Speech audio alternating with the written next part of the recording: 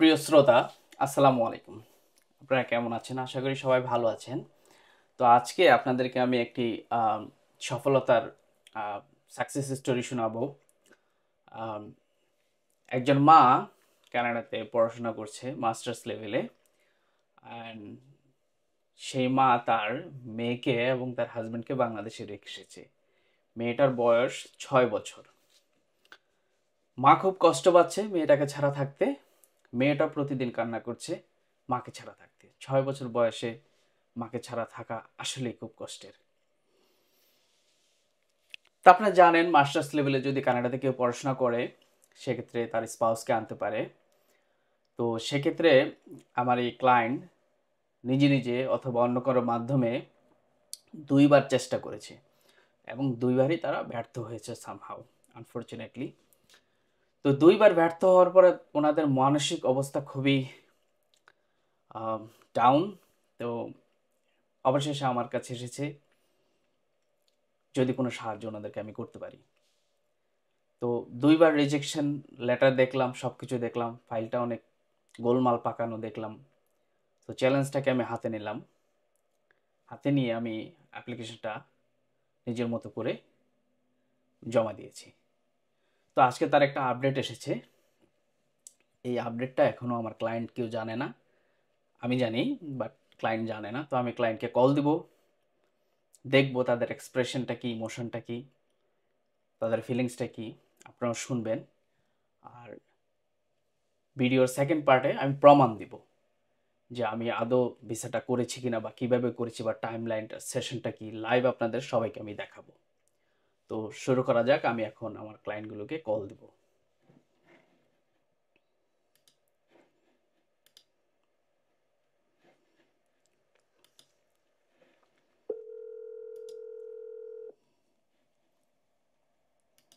Hello.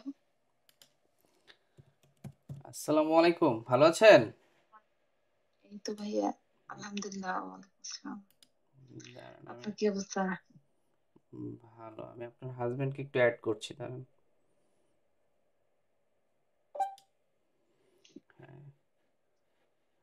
Hello, শুনতে পাচ্ছেন আমাকে? হ্যাঁ ভাই, জি ভাইয়া, শুনতে পাচ্ছি। শুনতে পাচ্ছেন? আম, আপনার ওয়াইফকে একটু আগে কল দিয়েছিলাম, আপনাকেও দিলাম। আপনার ওয়াইফ বলছিল ভিসাটা নাকি রিজেক্ট হয়েছে আর কি। তো ওই বিষয়ে একটু কথা বলতে চাচ্ছিলাম আর কি। আচ্ছা, হ্যাঁ বলেন। হ্যাঁ বলেন। আসলে প্রথমে আমি আমি, আপনাদেরকে একটু বলে রাখি, ডিসক্লেমার দিয়ে রাখি। সেটা হচ্ছে আপনারা দুইজন এই মুহূর্তে আমার একটু ভিডিওতে আছেন, বাট আপনারা কে বা কোথা থেকে বলছেন এগুলা তেমন কোনো ইনফরমেশন নেই। তো আমি একটু নাসিমার কাছে জানতে চাইবো, আপনি আপনার মেয়েকে আসলে কতদিন ধরে দেখেন না, একটু যদি বলেন। লাস্ট মার্চে দেখছি, এরপরে শুধু ভিডিও কলেই দেখছি, ফিজিক্যালি না। তো আপনার মেয়েকে কি আপনি মিস করেন? মানে এটা কি প্রশ্ন করার মতো প্রশ্ন? না, অবশ্যই। একটু জানতে চাচ্ছি কারণ হ্যাঁ, হ্যাঁ, এটা একটা অবশ্যই। ইমোশন। হ্যাঁ, আমি জানি আপনার ইমোশনটা। তো এটার পিছনে একটা কারণ আছে কেন আমি জিজ্ঞেস করছি।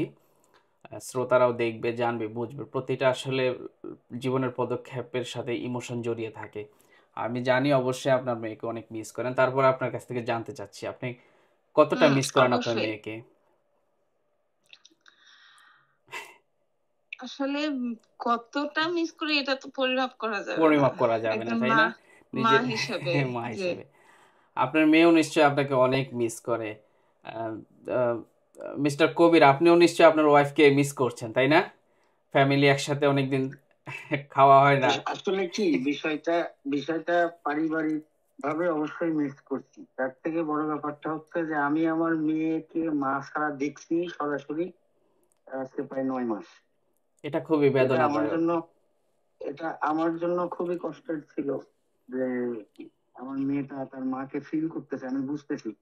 ওর বয়স 6 বছর, ও এখন ইমোশন লুকানো শিখে গেছে শুধু মায়ের কাছে না থাকার কারণে। আমি দেখতাম যে ওর মায়ের কথা মনে পড়তেছে, বাট ও ওর ইমোশনটা লুকাচ্ছে আমার কাছে, যে ও বলবে না যে মায়ের সাথে কথা বলবে।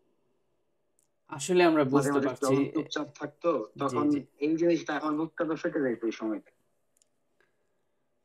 তো এই পরিস্থিতিতে আপনি আপনার স্ত্রীকে ছাড়া থাকছেন, কষ্ট হচ্ছে, আপনার মেয়ের কষ্ট হচ্ছে, আপনার ওয়াইফেরও কষ্ট হচ্ছে। এর মাঝখানে আপনি কানাডা এর আগে 2 বার হয়তো চেষ্টা করেছেন। সেই ব্যাপারে যদি আমাদেরকে 10 সেকেন্ডে কিছু বলেন যে আসলে 2 বার তো আপনি চেষ্টা করে হয়তো আনফরচুনেটলি হয়নি। আপনার ফিলিংসটা কেমন ছিল ব্যর্থ হওয়ার পরে? একটু যদি শেয়ার করতেন। না, প্রতিবার প্রতিবার যখন ভিসা অ্যাপ্লিকেশন করেছি, প্রতিবারই আমি আশায় বুক বেঁধেছিলাম যে হয়তো বা এবার হবে, হয়তো বা এই অপেক্ষার অবসান হবে। হ্যাঁ, কিন্তু প্রতিবারই যখন আহ, একটা সময় শেষে, যেমন প্রথম ভিসাটা আমার রিজেক্ট আসছিল প্রায় 4.5 মাস পর, 4.5-5 মাস পর। এটা একটা লং পিরিয়ড ছিল। এই 4.5 মাসটা যদি দিনে কনভার্ট করেন, এটা কিন্তু অনেক দিন। জি, জি, জি। এই দিনগুলো আমার জন্য অনেক খারাপ ছিল। প্রতিটা দিন টেনশনের ছিল, অপেক্ষায় থাকতাম কখন রেজাল্ট আসবে, কখন ভিসাটা অ্যাপ্রুভ হবে। এই আস দিনটা আসলে ভোলার ছিল না। আর বলেন। দ্বিতীয়বার যখন অ্যাপ্লিকেশন করি, জি। তখন দ্বিতীয় অ্যাপ্লিকেশনটা আরো অনেক বেটার ভাবে করলাম। তখন তো আরো আশায় বুক বাঁধলাম যে না, এবার অ্যাটলিস্ট হবে। কিন্তু তারপরে যখন দ্বিতীয়টাও হইলো, একজন আরসিআইসি দিয়ে, কানাডা থেকে একজন আরসিআইসি কে দিয়ে অ্যাপ্লিকেশন করলাম, কনফিডেন্ট লেভেলটা তখন ছিল। কিন্তু তখন যতটুকুটা মানে হতাশ হয়েছি রিজেকশন আসার পরে, সেটা মনে হয় জীবনে আর কোনো কাজেই এতটা ব্যর্থতাই এতটা হতাশা আসেনি। আসেনি এবং ভেঙেও পড়েছেন মানসিকভাবে, বিকজ ফ্যামিলি মোটামুটি বিষয়গুলো যথেষ্ট তো। ভেঙে পড়েছি, পরিবারটাও ভেঙে পড়ছে, এমন একটা অবস্থা হয়েছে। তো এবার কি করবেন যদি এবারও একই অবস্থা হয়? এবার আসলে ব্যাপারটা কি, আল্লাহর পরীক্ষার তো শেষ নাই। দোয়া করছি, সবসময় নামাজ পড়ছি, যখনই পারছি আল্লাহর কাছে আপনার কি নফল মনে নামাজও হয় পড়ছি এবার যে এবার আল্লাহ। সফল হতে পারেন? আপনার কি মনে হয়? না, এবার আমি আপনার সাথে যখন বলছি, তখনই মোটামুটি একটু কনফিডেন্ট লেভেলটা ফিরে পাইছিলাম যে আপনার যে মানে স্টাইল গুলার কথা আপনি বলছেন, যেভাবে আপনি অ্যাপ্লিকেশনটা করার ব্যাপারে আমাকে কিছুই জানান নাই, কিন্তু আপনার কনফিডেন্টটা আসলে আমি আবারও আশার আলো দেখছি যে না, হয়তো এবার হবে। আপনি ফিল করেছেন, হ্যাঁ, আসলে এই আসলে আশাটা আপনি ফিল করেছেন। আমি আমার ফিল করেছি। হ্যাঁ, আমি আমার ফিল করেছি। আমার কথাবার্তা আপনি আমার স্কিল লেভেলের ডেপথটা জানতে পেরেছেন, প্লাস আমি আপনাকে কনফিডেন্স জি, দিয়েছি, এটাই। আপনি ফিল করেছেন যে হ্যাঁ এবার হয়তো একটা পজিটিভ কিছু আসতে পারে, তাই তো? ইনশাল্লাহ এটাই আসলে। একটু একটু একটু আপনার ওয়াইফের কাছে যেতে চাই। আপনার কি মনে হয় এবার কি ঠিক আপনি, আছে। আপনি তো একটু আগে ধরেই নিলেন এটা রিজেক্ট হয়েছে, আসলে হয়তো হতেও পারে রিজেক্ট, আমি এখন আপনাকে কিছু জানাইনি। তা আপনার কি মনে হয় মিস নাসিমা, আপনার কি মনে হয় হতে পারে এবার আপনার মেয়েকে দেখতে পারেন? আসলে সত্যি কথা বলতে ভাইয়া, আমার এখন আর কিছুই মনে হয় না। কারণ লাস্ট 2বারে মানে এমন ভাবে আমি ভেঙে পড়ছি। তো এইবার যখন আপনার সাথে, আপনার মনে আছে কিনা জানি না, আপনার সাথে যেদিন আমার ফার্স্ট কথা হয়, আমি সেই দিনই আপনাকে বলছি যে ভাইয়া আপনার সাথে কথা বলে একটু কনফিডেন্ট পাচ্ছি, একটু ভালো লাগতেছে, মনে হচ্ছে যে না এখনো আশার আলোটা আছে। যেদিন আপনার সাথে আমার একদম ফার্স্ট কথা হয়, জি, সেই দিনই আমি আপনাকে বলছিলাম। জি। তো যাই হোক, মাঝখানে মানে আমি আপনাকে অনেক হয়তোবা বিরক্ত করছি, না, না, বারবার না, বিরক্ত না, এটা জিজ্ঞেস আমার জব। করছি, বারবার জিজ্ঞেস করছি। মানে আসলে প্রতিটা দিন এতটা টেনশন আর একটা একটা অনিশ্চয়তা নিয়ে প্রতিটা দিন যে কাটে, মানে আমার কাছে মনে হচ্ছিল যে না, আপনি হয়তোবা যে আপনি যেভাবে কথা বলতেছেন, আপনি যেভাবে কাজ করতেছেন, হয়তোবা পজিটিভ কিছু একটা হবে। মানে আবার ইনশাআল্লাহ। নতুন করে বলা যায় যে, বলে না যে মানুষ আশায় বাঁচে, জি, জি, আশায় এরকম বাঁচে। একটা আশা নিয়ে হয়তোবা স্বপ্ন দেখছিলাম যে হয়তোবা এবার ভালো কিছু হবে। ইনশাআল্লাহ, অবশ্যই। আমি আর আপনাদেরকে পেন দিতে চাই না আর টেনশনের মধ্যে রাখতে চাই না। আলহামদুলিল্লাহ আমাদের ভিসাগুলো অ্যাপ্রুভড হয়ে গেছে।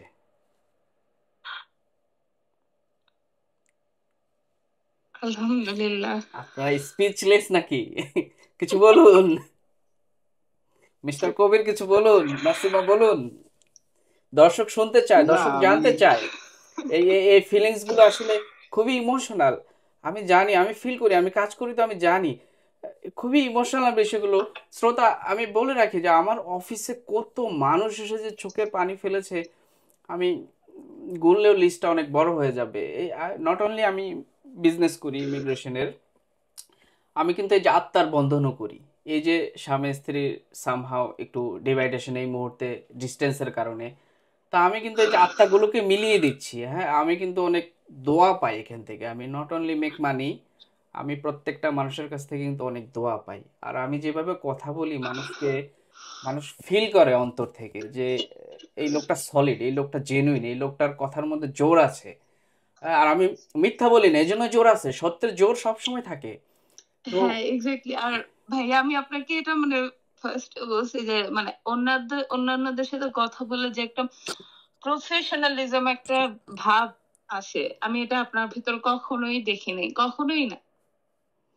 যেদিন ফার্স্ট কথা বলছি, আমি জানিও না আমি আপনার নিয়ে কাজ করব কিনা, আপনিও জানেন না আপনি আমার ফাইল নিয়ে কাজ করবেন কিনা, রাইট, বাট সেদিনও আমি আপনাকে বলছি যে ভাইয়া আপনার ভেতর আসলে একটা আন্তরিকতা আছে, কারেক্ট।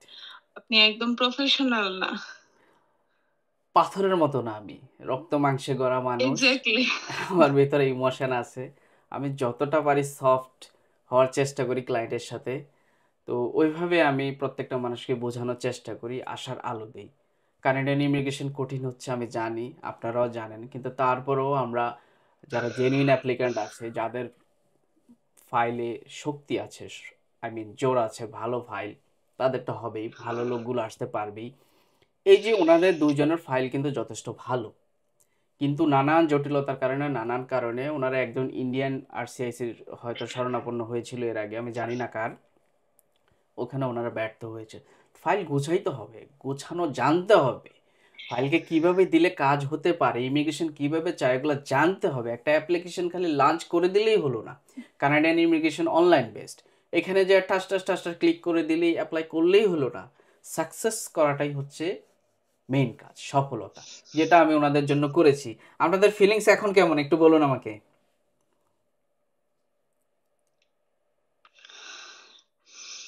আমার এখনো বিশ্বাস হইতেছে না আমি প্রমাণ যেটা দেখাবো, আপনাকে প্রমাণ দেখাবো সারা। না আমি প্রমাণের জন্য না, মানে আমি জাস্ট সিচুয়েশন বোঝানোর জন্য বলছি যে আনবিলিভেবল, জিনিসটা আনবিলিভেবল, তাই না? হ্যাঁ এক্স্যাক্টলি, যে মানে এটা আমার কাছে শুধু মানে অ্যাপ্লিকেশন সাবমিট করার পর থেকে, শুধু এখন না, যখন একদম ফার্স্ট অ্যাপ্লিকেশন সাবমিট করছি, জি, মানে তখন থেকে আমার কাছে এটা এখন একটা স্বপ্নই মনে হয়। শুধু মনে হয় যে হয়তো বা আমি স্বপ্নেই শুধু দেখবো যে ওরা আমার কাছে আসছে। রাইট। জানি না বাস্তবে সম্ভব কিনা, মানে অবশ্যই সম্ভব। আমার সিচুয়েশনটা এরকম। সিচুয়েশন এখন এমন হয়ে গেছে, ইনশাল্লাহ জাস্ট ম্যাটার অফ টাইম, আপনি খুব দ্রুত আপনার মেয়েকে দেখতে পারবেন, মেয়েকে বুকে নিয়ে ঘুমাতে পারবেন, খাওয়াই দিতে পারবেন। ছোট্ট একটা মেয়ে, মাত্র 6 বছর বয়স, মাকে ছাড়া আজকে কত মাস, প্রায় 6-7 মাসের উপর হয়ে গেছে, তাই না? 8 মাসের মতো হয়ে গেছে প্রায়। কিভাবে হ্যাঁ থাকে, ভেরি টাফ। তো আপনি matter of time, maybe 20 days or 15 to 20 days এর মধ্যে ইনশাল্লাহ আপনি আপনার মেয়েকে নিয়ে ঘুমোতে পারবেন, খাওয়াতে পারবেন, ঘুরতে পারবেন। আল্লাহ আপনার আশা পূরণ করেছে। ইনশাআল্লাহ। মিস্টার আপনাকে কবির, আপনি অনেক কিছু অনেক বলেন? অনেক ধন্যবাদ।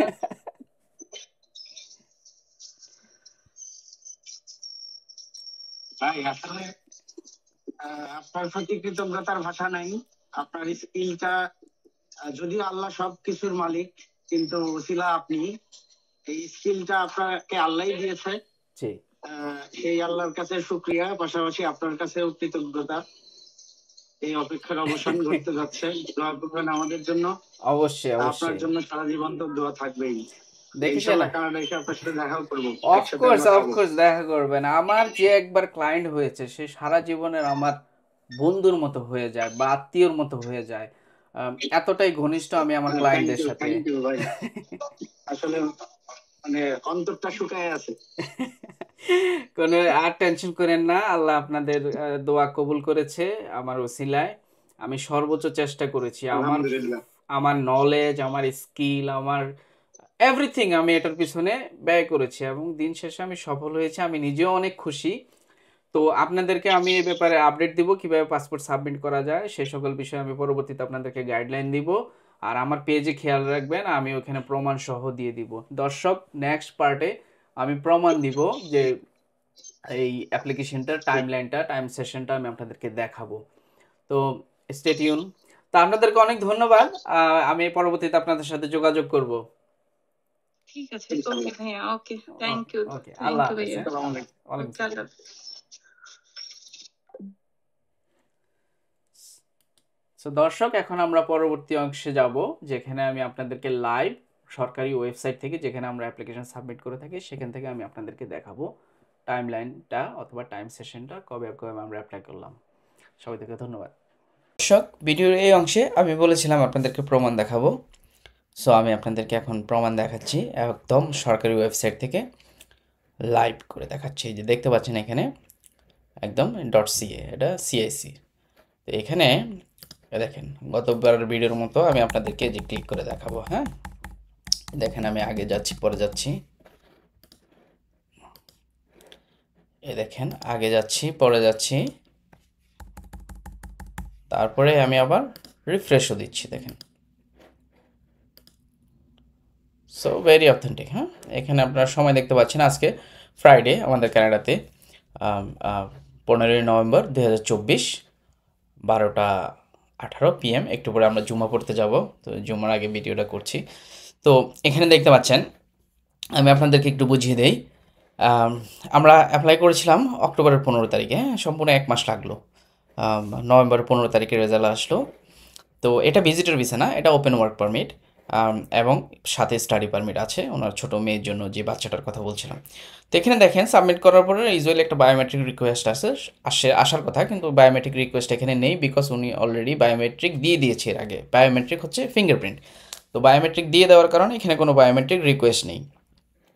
আর আর তারপরে এখানে মেডিকেল রিকোয়েস্ট এসেছে। ভিজিট ভিসাতে মেডিকেল রিকোয়েস্ট লাগে না, তো এটা একটা ওপেন ওয়ার্ক পারমিট, এই জন্য এখানে মেডিকেল রিকোয়েস্ট এসেছে। সো আপনারা দেখতে পাচ্ছেন অক্টোবরের 23 তারিখে ওনারা মেডিকেল রিকোয়েস্ট দিয়েছে। তো পরে মেডিকেল আমরা দিয়ে দিলাম, মেডিকেল করে জমা দিয়ে দিলাম। তারপরে দেখতে পাচ্ছেন তার 15 তারিখে আপডেটটা চলে এসলো, একদম অরিজিনাল পাসপোর্ট রিকোয়েস্ট। তো এখানে দেখতে পাচ্ছেন ফাইনাল ডিসিশনটা নভেম্বরের 14 তারিখে অ্যাপ্রুভ হয়ে গেছে। তো গতকালকে এটা সিঙ্গাপুর থেকে হয়েছে, এই জন্য হয়তো একদিন আগে পরে দেখাচ্ছে। তো যাই হোক, এটা হয়, এটা একটু থাকে এরকম। তো নভেম্বরের 14 তারিখে এটা অ্যাপ্রুভ হয়েছে। আবারও দেখাচ্ছি, দেখেন রিফ্রেশ দিচ্ছি। হ্যাঁ, এই রিফ্রেশ, এইভাবে প্রমাণ সহকারে দেখানোটা খুবই টাফ। একদম সত্যিকার কেস হলেই একমাত্র দেখানো যায়। দেখেন একদম লাইভ, হ্যাঁ, সময় সহ সব কিছু সহ। তারপরে এখানে দেখতে পাচ্ছেন আপনার অক্টোবর 31-এ ওনার মেডিকেলটা অ্যাপ্রুভ হয়েছে। যে এখানে যে রিকোয়েস্ট এসেছিল অক্টোবর 23-এ, ওই মেডিকেলটা আমরা ইমিডিয়েটলি করি। ইমিডিয়েটলি করার পরে দেখতে পাচ্ছেন এখানে অক্টোবরের 31 তারিখে মেডিকেলটা পাসড হয়ে গেছে। ভিজিট ভিসা না, এটা ভিজিট ভিসাতে নর্মালি মেডিকেল লাগে না, বাট কেউ চাইলে করতে পারে। তো এখানে দেখতে পাচ্ছেন, সো ওভারঅল এই হচ্ছে প্রমাণ। আমি বলেছিলাম প্রমাণ দেখাবো, এই হচ্ছে প্রমাণ। এখানে আমরা কীভাবে অ্যাপ্লাই করলাম, ঠিক একইভাবে ওনার মেয়েরটা আলাদা অ্যাপ্লিকেশন, ওইখানেও একইভাবে সাবমিশন আছে, পাসপোর্ট রিকোয়েস্ট আছে, করেসপন্ডেন্স লেটার আছে, ইটিসি। তো এই হচ্ছে সর্বোপরি অ্যাপ্লিকেশনটা। আমি খুব আনন্দিত যে ওনার ফ্যামিলিকে আমি আসলে রিওনাইট করে দিতে পারছি। আসলে যে নিয়ে আছেন এখানে কানাডাতে, বাচ্চাটার মা খুবই আসলে ভেঙে পড়েছিল মেয়েটাকে না দেখতে পেরে। ছোট বাচ্চাকে রেখে আসলে বাইরে থাকাটা ভেরি টাফ, আর মেয়েটাও খুব কান্নাকাটি করছিল। তো আপনারা বুঝতেই পারছেন, আপনার মেয়েকে রেখে থাকতে পারবেন, বা আপনার মেয়ে 6 বছরের মেয়ে আপনাকে ছাড়া থাকতে পারবে, বিষয়টা আপনি অনুধাবন করে নেবেন। তারপরে 2বার রিজেকশন, তো এটা আমার জন্য একটা চ্যালেঞ্জিং কেস ছিল খুব। ওনাদের ফাইলে খুবই জটিল ছিল, গরমিল, প্রচুর গরমিল, এলোমেলো সব কিছু, উল্টাপাল্টা। তো এগুলো সব কিছু ঠিকঠাক করে প্রফেশনালি সাবমিট করতে পারায় হয়তো আল্লাহ কবুল করে নিয়েছে আমাদের অ্যাপ্লিকেশনটা। তো ওনাদের সফলতা আমার সফলতা। আপনারা সবাই ওনাদের জন্য দোয়া করবেন, আমার জন্য দোয়া করবেন। পরবর্তীতে আবার অন্য আরেকটি সফলতার গল্প নিয়ে আপনাদের সামনে হাজির হব। সেই পর্যন্ত ভালো থাকবেন। আমার চ্যানেলটাকে যদি ইউটিউব হয় সাবস্ক্রাইব করবেন, ফেসবুক হলে ফলো দিবেন, আমার আইডি হলে ফলো দিয়ে রাখবেন। এরকম ইমিগ্রেশনের নানা তথ্য নিয়ে আমি আপনাদের সাথে হাজির হব। Stay tune. আপনারা যদি ধৈর্য থাকে, সব কিছু থাকে, আমার সাথে ভালো যোগাযোগ রাখেন এবং আপনারা এলিজিবল হন, আপনাদের কানাডার ভিসার ব্যাপারে আমি হেল্প করতে পারবো ইনশাল্লাহ। সবাই ভালো থাকবেন। আসসালামু আলাইকুম।